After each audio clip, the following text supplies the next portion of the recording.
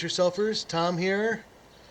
I got a project today. I want to install a Maxxfan by MaxxAir, a ventilation fan, and I want to put it in a new location where there was not already an existing fan. So that means I have to do the unthinkable, which is cut a 14 by 14 inch hole in the roof of my RV. Sounds crazy? Yeah, I know, but we're going to do it anyway. We want the fan. We spend all winter in the desert, usually Southern California, where it's really hot, and we need a little more ventilation. MaxxAir doesn't tell you much about installing the Maxxfan in a new hole, so all it tells you here is to verify the opening is large enough by sliding the Maxxfan interior garnish trim ring into the opening, which is this. Although, if that's going to go inside of this ring, I think this is the one we need to go by, the bottom ring of this flange, this mounting flange. So I'm going to take this up on the roof and use this as my guide for a hole. Let's go up on the roof and see what we find. We're up on the roof of the RV now, trying to determine where exactly I want to cut my hole. I need a 14 by 14 inch hole, and there is a spot down here where there used to be a satellite dish. And I'd like to use this as an area where I can cut out this spot where there used to already be an existing hole. I emailed Winnebago and got the plans for where the ribs for the superstructure, they're supposed to be metal ribs that are laid out. And I've gotten the layout for those. They're in millimeters, so I've converted it to inches. And I've found the spot that they reference where they measure everything off of. However, my problem is when I measure, they say there's supposed to be a rib right here at 35 inches, and I have a magnet here. I don't get anything. But if I go up here to 48 inches from where there it is. So I get something with my magnet. If I go another 48 inches towards the back of the rig, I get another hit with my magnet. So I can only assume that that's where the ribs are, if they're metal ribs. Because I've got nothing in this area where they're supposed to be. So something's off here. I'm going to go with my gut instinct and say that my magnet is right, and the drawing must be for something else, or I'm misinterpreting it. So anyway, the next thing we need to do is lay out our 14 by 14 inch hole. That satellite hole was in the middle of the rig. So if I can center that on my hole here. So let's get the center of this marked where I can see it. And how am I going to get it square? Well, let's measure up the front. There. 29.5. That's pretty square. I'm measuring off the front cap. I'm going to trace around this outside of this thing.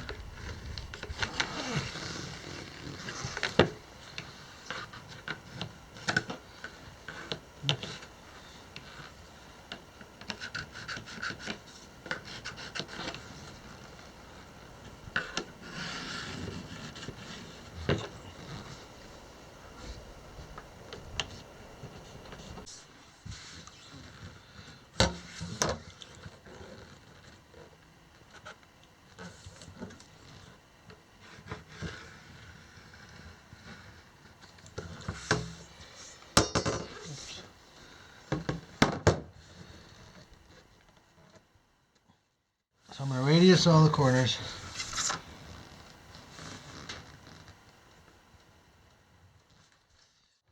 Okay, I'm getting ready to cut my hole. I'm going to use a saber saw.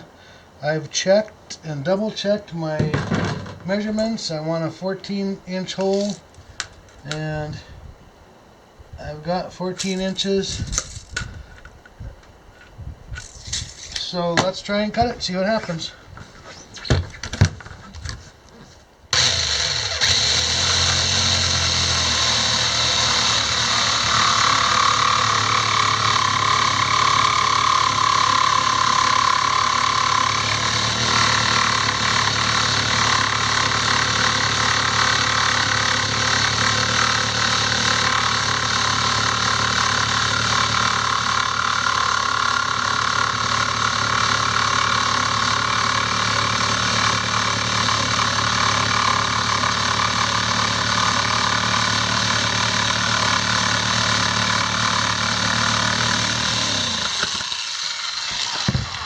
I also checked inside to make sure there's no electrical wiring in the way. There are no lights there, and the lights that do come are coming from the side, but there are no lights in this particular area. I also want to keep my radius there that I drilled. I don't want to make a point there because that's more apt to split.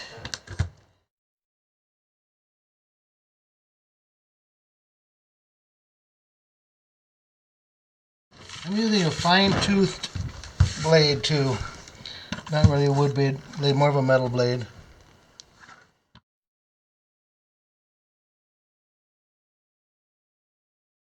I cut out with a thin knife the best I could the foam, and I've pried this top off. The top is glued on. The top also has a thin piece of plywood with it. And now there's about, looks like 3 inches.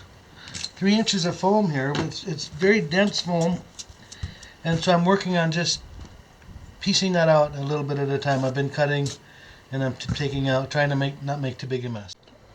I've got a long drill bit here. It's a little longer than I needed, but it's easier to look and make sure you're going straight. Look straight.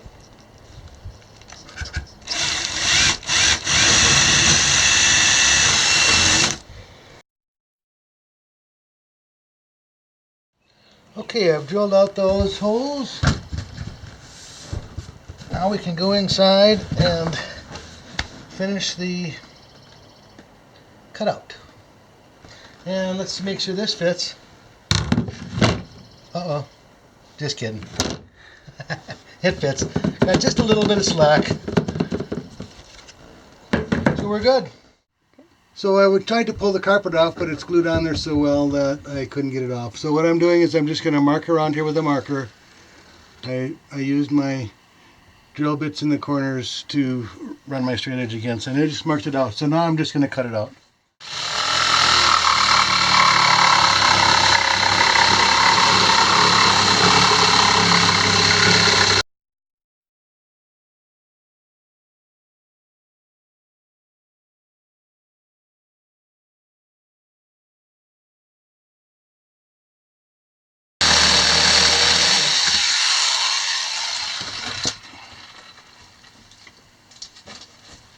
There you have it, we have skylight. Well, I've got my hole cut all the way through. Looks pretty good. I'm going to put this outside flange on, and Julie's going to put the other one up from inside, just to make sure everything's going to fit. Then we're going to start drilling some holes before we put any sealant down. Okay, so just push it up a little. Is that all the way up? Yep. It is? Yeah. Okay, will it stay? No. So we have the roof receiving flange in the hole, centered, making sure that everything fits. We put the inside trim ring in there for a second to just make sure it was all centered. I'm going to put a screw in each corner. I'm drilling out with the appropriate size drill bit. I'm just going to start one in each corner, and then we're going to go around and do the rest.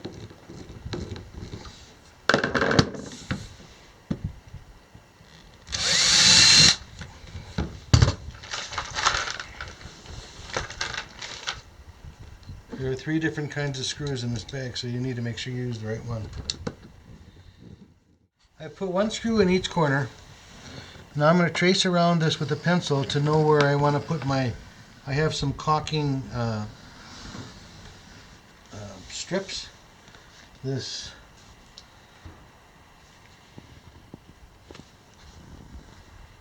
putty tape, they call it. That's what it is, putty tape. So I've traced around this. That's where I'm going to put my putty tape. Next thing I'm going to do is I'm going to drill out the rest of the holes.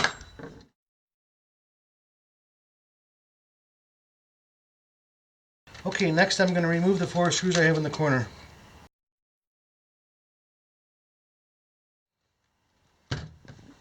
Set those aside. Now we can clean off some of the drilling so we don't get those in our sealant. So I'm using a little denatured alcohol where I'm going to put the sealant strips just to make sure there isn't any oil or other residue of something. Now I'm going to start with the putty strips.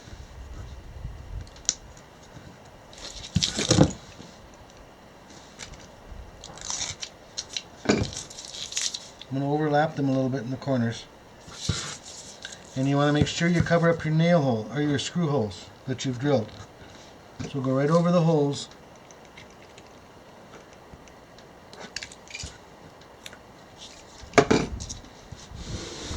And follow your line that you made, your tracing of the receiving flange.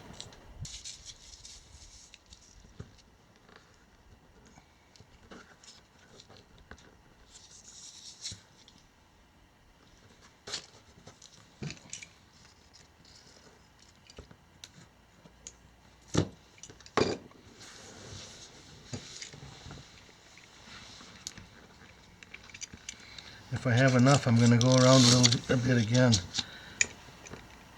This is an 8-foot roll of 1 inch.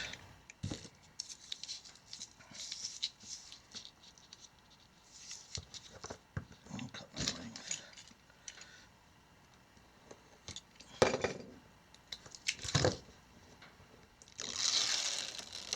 Like I said, it's hard to see with that paper on there where exactly your lines are.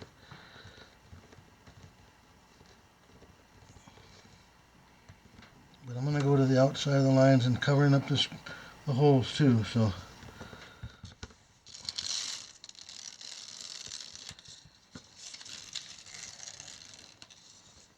now this putty says on ribbed surfaces to double it up. Am I going to have enough?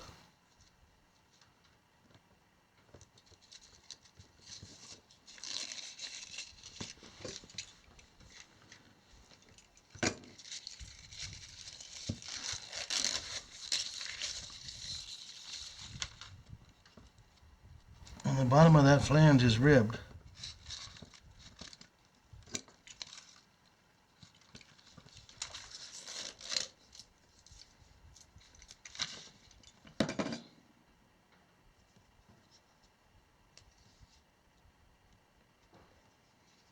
So what I'm going to do, I'm going to cut this last piece in half.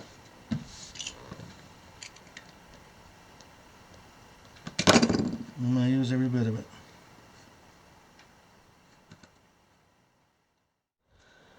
So I used the whole roll of 8-foot roll of tape. The tape directions say where something is ribbed like this to use double layers.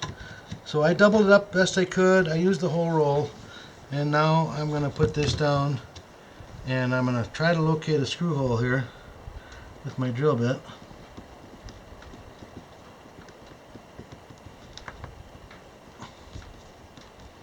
There it is.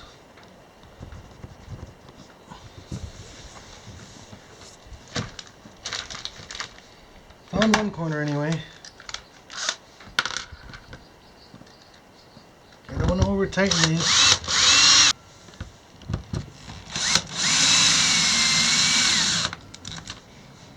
So I'm just snugging these up a little bit for now.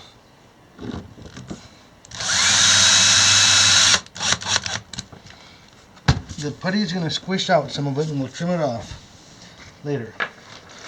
So I'm going to go around the rest of the edge here now, and we'll pick up after I'm done screwing this down. So I've got all the screws in. I just want to tighten these enough to compress the putty a little bit. You don't want to over tighten it. You can warp or crack the flange.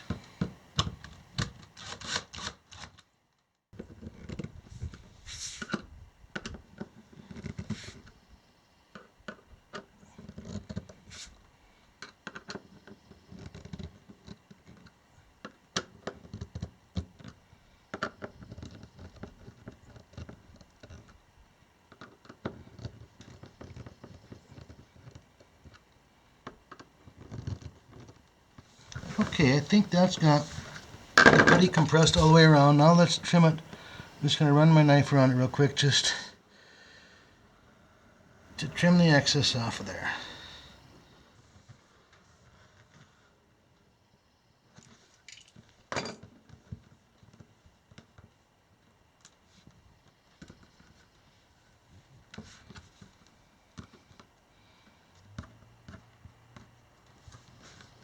That makes it nice and neat. Okay, now I've got some die-core lap sealant, self-leveling white. I'm going to go over the screw heads, and then I'm going to go around the joint, the outside joint. So first I'm going to do the screw heads.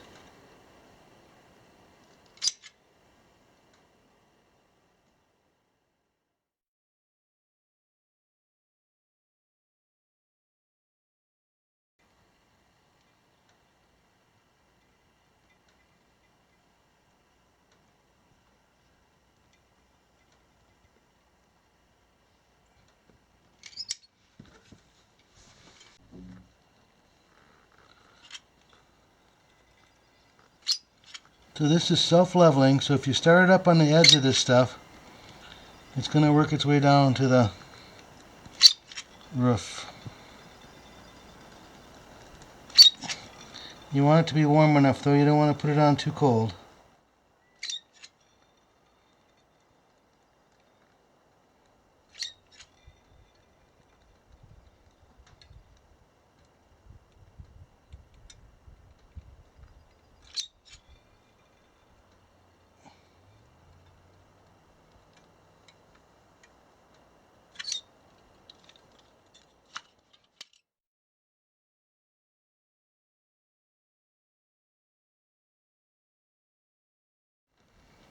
Okay. I'm going to let it level itself for a minute and then I'll go over it. I'll take a look at it and make sure there aren't any missed spots.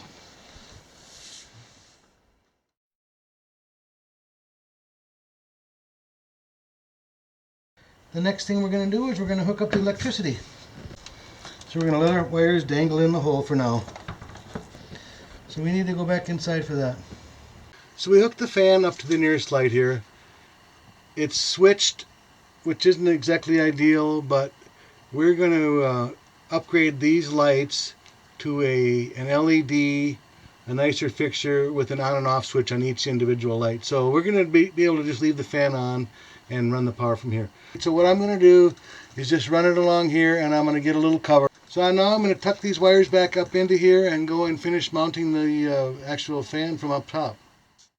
So we've hooked up the electricity inside to the light, and now the last step is to take the actual vent unit and get it to slide over these clips and mount it into those clips. And we don't want to mess up our die-core because that's still a little wet. So you slide it over those clips, make sure it's all the way down, and then we're going to screw it in. When you're trying to attach this top, the holes are pretty tight, so you need to really push down, and you're going to have to probably start your screw at a little bit of an angle to pull the top unit down. And all this while staying out of the fresh die-core.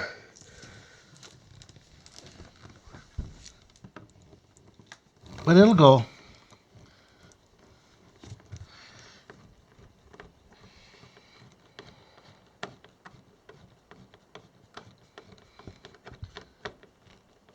One more. Can you see in the screw hole? See how this hole is just barely wanting to start?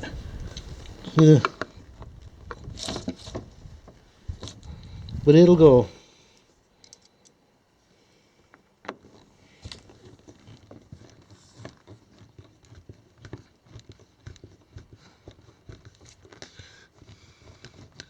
There's a foam seal down in here that I think has to be compressed into a little bit.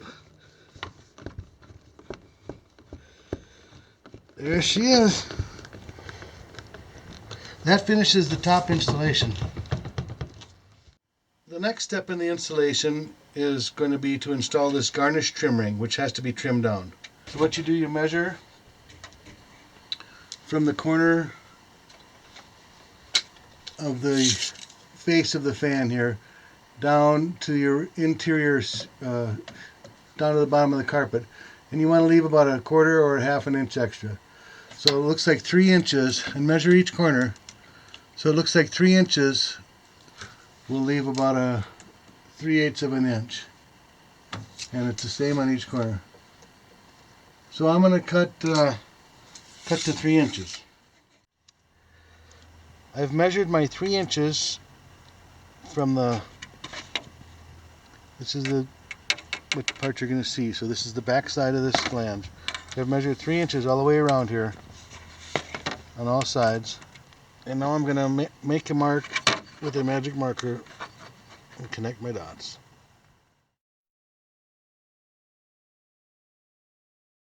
That's it. Now let's see if we can find something to cut that with. So this thing is fairly flimsy. I've got a little box saw, just a little wood saw. It's kind of a fine-toothed little guy. Let's see if this will work. May not, I don't know.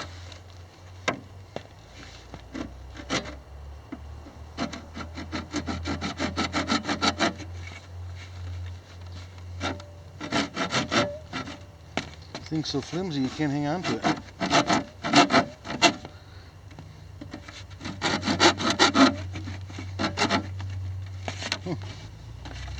Pretty flimsy.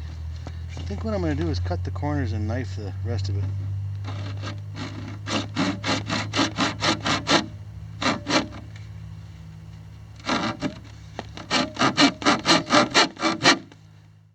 I'm going to try to cut this with a utility knife now. I've got a piece of, looks like 4x8 or 6x8 or something I'm going to use for a backer.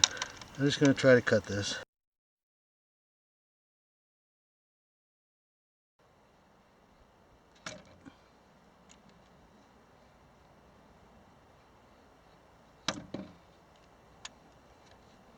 It doesn't have to be perfect because it's kind of hidden up in there.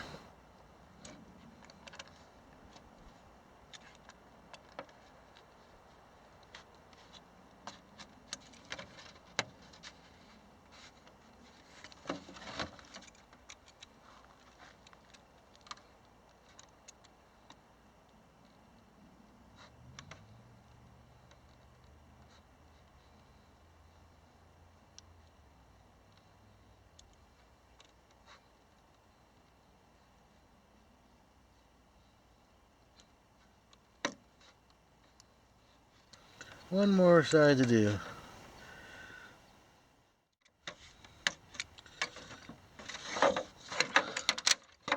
Okay, that's got her. Now let's go in and see if we can get her to mount up and be done with this job. Okay, you just need to make sure that your wires aren't going to bind up in the edge here, and you can just fit this right in. And we're going to run the wires out over here. So let's get some screws and mount that up.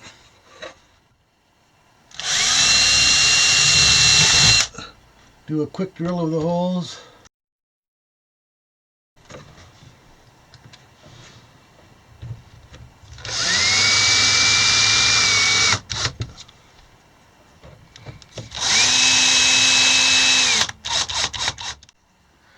So our installation is complete except for covering these wires up with a little track cover.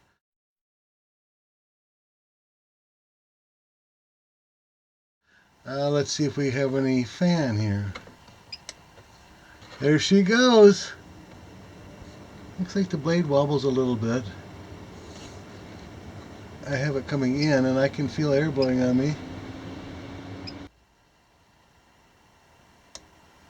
Reverse.